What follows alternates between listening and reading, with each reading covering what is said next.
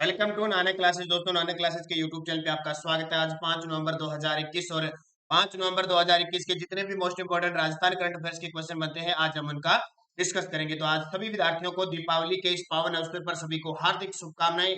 आशा करते हैं आपकी बहुत अच्छी दीपावली रही होगी और खुशियों के साथ आपने पूरा एंजॉय किया होगा। और दूसरी बात, आज गोवर्धन पूजा और के लिए आप सभी विद्यार्थियों को हार्दिक शुभकामनाएं। ध्यान रखना, गोवर्धन पर्वत है वो उत्तर प्रदेश के अंदर है। तो गोवर्धन पूजन और दीपावली की सभी विद्यार्थियों को हार्दिक शुभकामनाएं। इसी के साथ आज के 5 नवंबर 2021 के करंट अफेयर्स की शुरुआत करने जा रहे हैं। सभी विद्यार्थी वीडियो को लाइक कर देना, शेयर कर देना। पहला क्वेश्चन देखिए, बहुत ही खास क्वेश्चन और निश्चित तौर पर ये क्वेश्चन पेपर में आने वाले हैं। राजस्थान में वल्लभनगर विधानसभा उपचुनाव 2021 में कौन विजयी रहे?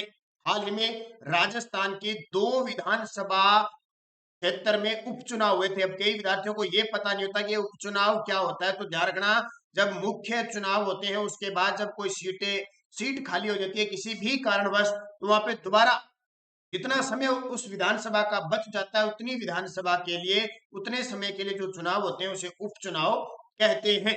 तो वल्लभनगर जो उदयपुर के अंदर है, विधानसभा उपचुनाव में कौन विजय रही? प्रीति सक्तावत। कौन है?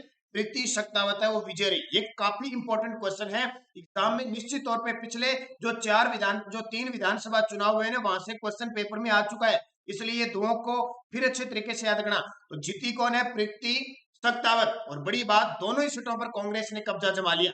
उदयपुर की वल्लभनगर विधानसभा उपचुनाव 2021 विजेता प्रीति सक्तावत कांग्रेस की, और हराया देखो किसको है? उप विजेता उदयलाल डांगी आरएलपी पार्टी की। ये बड़ी बात है, आरएलपी पार्टी जो हनुमान बेनीवाल वाली पार्टी है, राष्ट्रीय लोकतांत्रिक पार्टी।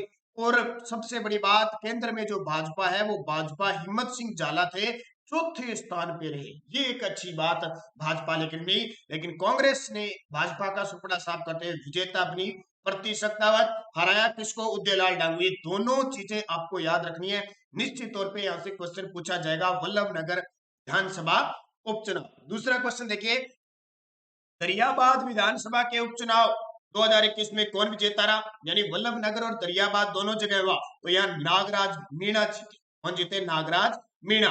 प्रतापगढ़ के दरियाबाद विधानसभा उपचुनाव 2021 विजेता नागराज मीणा, वो भी कांग्रेस के थे। और उप विजेता थावरचंद डामोर यहाँ निर्दलीय से जीते हैं। भाजपा का फिर नाम नहीं है, क्योंकि दूसरी बड़ी पार्टी भाजपा है, लेकिन वो दूसरे स्थान पर नहीं रह पाई। भाजपा के खेत सिंह मीणा थे जो तीसरे स्थान पर रहे। ये क्वेश्चन अपने आप में बहुत इंपॉर्टेंट है, क्योंकि राजस्थान में कांग्रेस की सरकार है और कांग्रेस को दोनों सीटें मिली है, तो आने वाले पेपर में पूछा जाएगा। ये ध्यान रखना, कांस्टेबल का और ग्राम सेवक के 2 एग्जाम है ना, उनको अच्छे तरीके से इनको पढ़ के देना। बाकी इनके बारे में और भी कोई गहराई से बातें होगी तो हम लगातार आपको वीडियो दे रहे हैं, उसमें चर्चा करेंगे।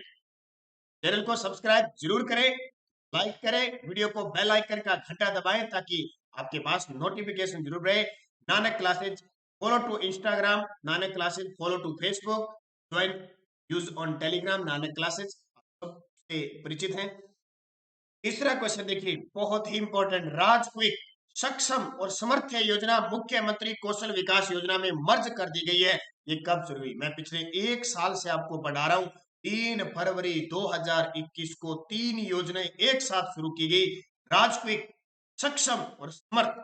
अब सरकार ने इन तीनों को मिलाकर एक ही योजना बना दी, वो है मुख्यमंत्री कौशल विकास योजना। उसके अंदर मर्ज कर दी इनको। ये कब शुरू हुई थी? 3 फरवरी 2021 को। याद रखना बहुत इंपॉर्टेंट है, क्योंकि अभी तो 3 फरवरी 2021 को तीनों अलग अलग योजना अलग अलग उद्देश्य के लिए शुरू की थी। अब सरकार ने क्या किया? इन तीनों योजनाओं को मुख्यमंत्री कौशल विकास योजना में मर्ज कर दिया। तो जाहिर सी बात है, इंपॉर्टेंट हो गया। कब ये शुरू कब हुई थी? तीनों एक साथ हुई थी 3 फरवरी 2021 को। देखिए, मुख्यमंत्री कौशल विकास योजना में मर्ज कर दी। ये योजना 3 फरवरी 2021 में लागू की गई थी।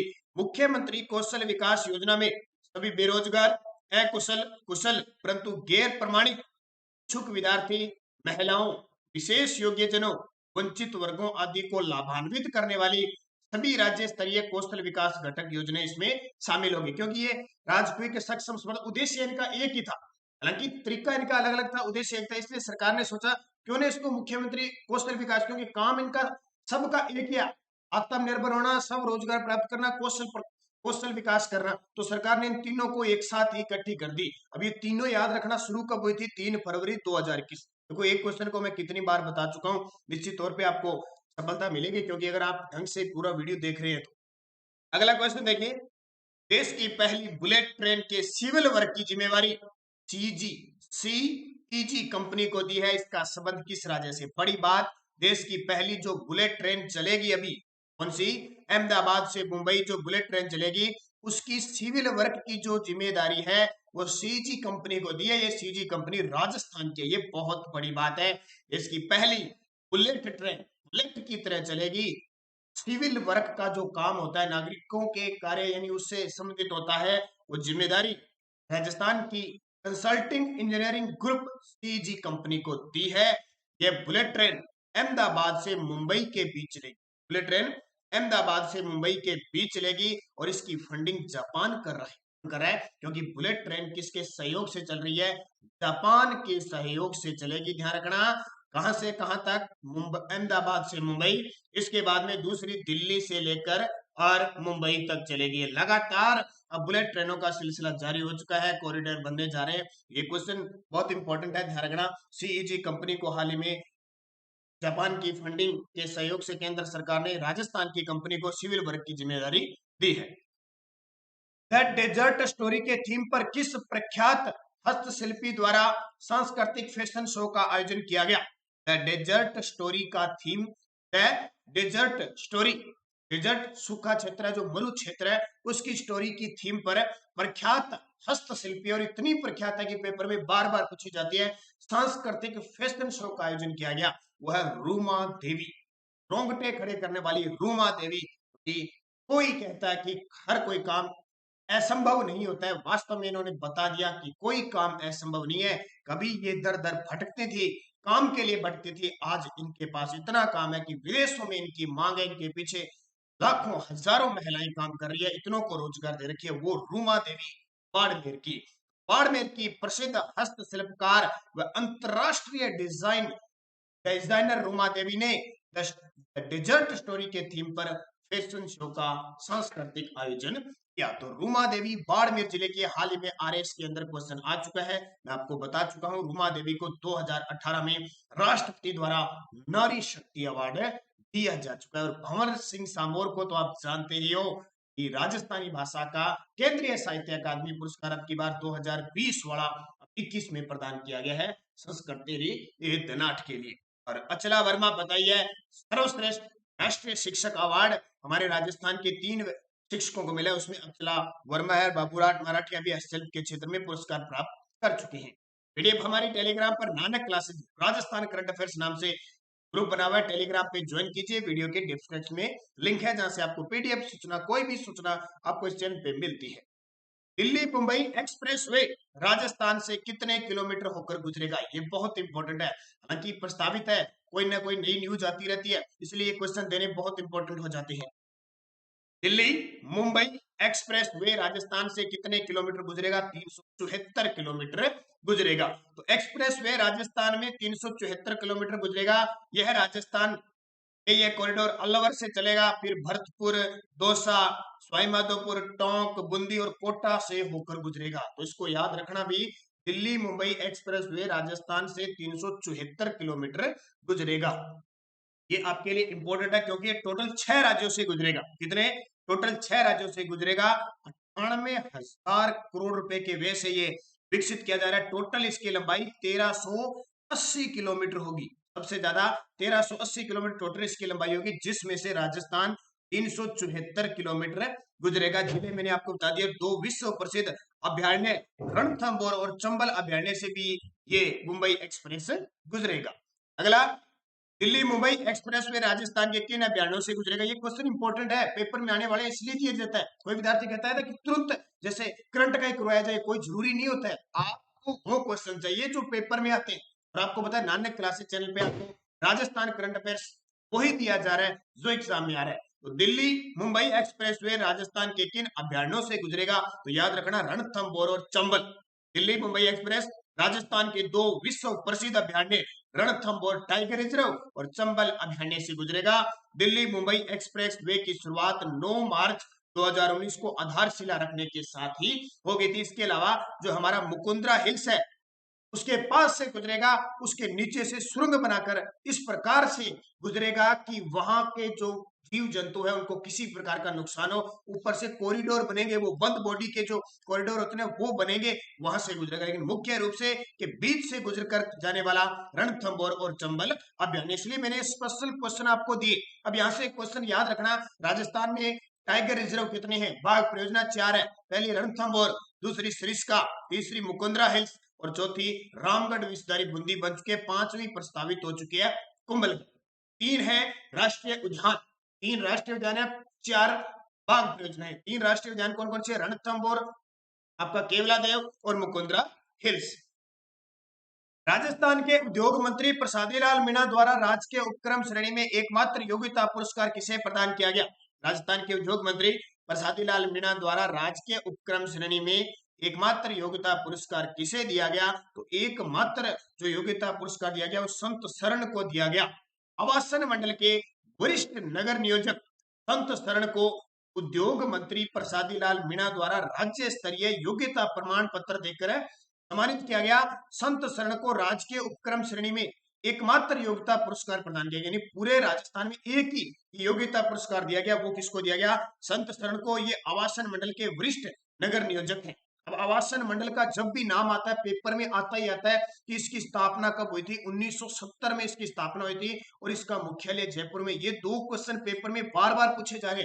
आवासन मंडल की स्थापना 1970 और इसका मुख्यालय जयपुर के अंदर। और हमारे राजस्थान के उद्योग मंत्री कौन है? प्रसादीलाल मीणा। और किसे योग्यता पुरस्कार दिया गया? संत शरण को। अब पिछले वीडियो का क्वेश्चन क्या था? राजस्थान के एथलीट कोच महावीर सैनी को द्रोणाचार्य अवार्ड देने वाले की घोषणा हुई। ये राजस्थान के सुंदर सिंह गुर्जर के कोच हैं। ये क्वेश्चन याद रखना। और राजस्थान में जो गुरु को दिया जाता है ना, प्रशिक्षक को, वो गुरु विशिष्ट अवार्ड है। ये अभी क्वेश्चन कॉलेज लेक्चरर में है।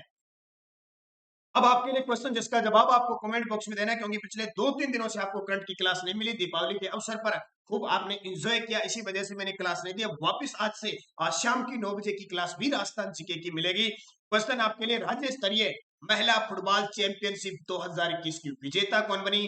जयपुर, कोटा, नागौर, भरतपुर। सही जवाब आपका आना चाहिए। मैंने देखा है 5 से 7 विद्यार्थी कमेंट में जवाब देते हैं, बाकी विद्यार्थी कमेंट में जवाब नहीं देते। अरे भाई, आपके लिए तो ये क्वेश्चन है, अगर आप इनके कमेंट में जवाब नहीं दोगे तो फिर फायदा क्या इनको देने का? अपने छोटा सा वीडियो ले लेते हैं, 10 से 1 मिनट कर लेते हैं। क्यों ये यस्टरडे डोज देते हैं, क्यों नेक्स्ट डोज देते हैं, क्यों ये क्वेश्चन पूछा जाता है? ये आपके लिए पूछा जाता है और मैं इसलिए पूछता हूँ कि आए हुए क्वेश्चन देता हूँ। अब ये सारे के सारे क्वेश्चन आ रहे इसके अंदर आए हुए, ये उसमें पटवारी के अंदर और आरएक्स के अंदर क्वेश्चन आए, पटवारी के अंदर क्वेश्चन आए, फिर मैं क्यों दे रहा हूँ? आपको क्या फायदा हुआ मुझे बताओ? जब आप 5-7 विद्यार्थियों को छोड़कर कोई भी जवाब नहीं देते हो तो फिर फायदा बताओ। अगर आप सारे विद्यार्थी कमेंट में जवाब देते हो तो मैं ये चलाऊं, नहीं तो बंद कर दूं इसको थोड़ी। अगर आप जवाब देते हो तो ही मैं स्टार्ट करता हूँ, नहीं तो इसको यस्टरडे डोज नेक्स्ट डोज क्या फायदा इनको? क्यों ऐसे माथा कपी करो? मैं सीधे 5 क्वेश्चन दे दूं आपको और 10 मिनट में क्लियर कर दूं। ग्रासीय जनजाति द्वारा किया जाने वाला नृत्य कौन सा है? वाला नृत्य। ये क्वेश्चन आ चुका है, सिरोही के अंदर होता है, ध्यान रखना। कछुआ राजवंश के संस्थापक कौन थे? दुले राय थे। कौन थे? दुले राय। इनका दूसरा नाम है तेजकर्ण। इन्होंने राजधानी बनाई थी दौसा, फिर रामगढ़, और वहां पे माता का मंदिर भी बनाया था इन्होंने, जमुआ रामगढ़ जिसको कहते हैं ना, जमुआ माता का। राजस्थान उच्च न्यायालय की प्रमुख पीठ कहाँ पे? जोधपुर में, और बेंच जयपुर में। मारवाड़ में दामनी क्या है? एक प्रकार की ओढ़नी है। और खातौली का युद्ध 1517 में हुआ। ये खातौली का युद्ध मैंने क्यों दिया? क्योंकि राणा सांगा का अभी पूछा था, राणा सांगा के द्वारा लड़े गए युद्ध। राणा सांगा ने पहले खातौली का युद्ध लड़ा था, फिर पाड़ी का युद्ध लड़ा था 1518 में, फिर गागरोन का युद्ध लड़ा था 1519 में, फिर 1527 में बयाना का युद्ध लड़ा था, और फिर 17 मार्च 1527 को खानवा का युद्ध लड़ा था। ये क्रम पूछा था पटवारी के अंदर, इनको याद रखना। अब है आपके लिए नेक्स्ट डोज। सहरिया जनजाति राजस्थान के किस जिले में निवास करते हैं? ये भी पटवारी के अंदर क्वेश्चन आए हुए हैं। हनुमानगढ़ जिले का गठन श्री गंगानगर से अलग होकर कब हुआ? हर्षद माता का मंदिर किस जिले में स्थित है? 1857 के विद्रोह में नसीराबाद की किस बटालियन ने विद्रोह किया? और हमीर रायण पुस्तक के लेखक कौन है? ये क्वेश्चन मैं पटवारी के अंदर और क्वेश्चन आयु में पेपर दे रहा हूं। अगर इनके आप जवाब नहीं दे पाते हो तो फिर फायदा क्या हो? पांचों क्वेश्चन ध्यान रखना। मीरान पुस्तक के लेखक। 1857 के विद्रोह में नसीराबाद किस बटालियन ने विद्रोह किया? हर्षद माता का मंदिर किस जिले में है? हनुमानगढ़ जिले का गठन कब हुआ? सहलिया जनजाति राजस्थान के किस जिले में निवास करती है? ये आपके लिए क्वेश्चन थे। वीडियो को जाते जाते लाइक जरूर करना, शेयर करना। अब आपने दीपावली का एंजॉय कर लिया, दिमाग आपका फ्रेश हो गया, अब आप वापस जुड़ जाइए, उसी प्रकार निरंतर अध्ययन कीजिए, क्योंकि ग्राम सेवक पटवार 2 बड़ी भर्तियां आपके सामने आ चुके हैं और सेकंड ग्रेड फर्स्ट ग्रेड के जो विद्यार्थी हैं उनके लिए भी जल्द ही, और कंप्यूटर उस सब में राजस्थान जीके आएगा, उनको अच्छे तरीके से पढ़ लेना। तो धन्यवाद दोस्तों, जय हिंद, जय भारत।